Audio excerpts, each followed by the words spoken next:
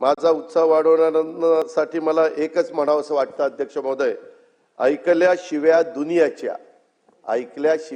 दुनियेच्या झाली जरी बदनामी, हे काय कमी मजेसाठी मी तुम्हा आवडलो आहे, अशा पद्धतीचा अध्यक्ष महोदय एकंदरीत परिस्थिती आहे.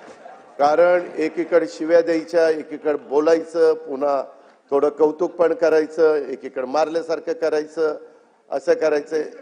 नाही, चांगली लोकशाही आहे. आपण आला त्याबद्दल धन्यवाद. अध्यक्ष महोदय 12 मार्चला स्वर्गीय यशवंतराव चव्हाण साहेबांचा जयंतीच्या दिवशी मी सकाळीच कराडला गेलेलो होतो आणि प्रीती संघावर जाऊन त्यांच्या समाधीचं दर्शन घेतलं, त्यांना अभिवादन देखील केलं.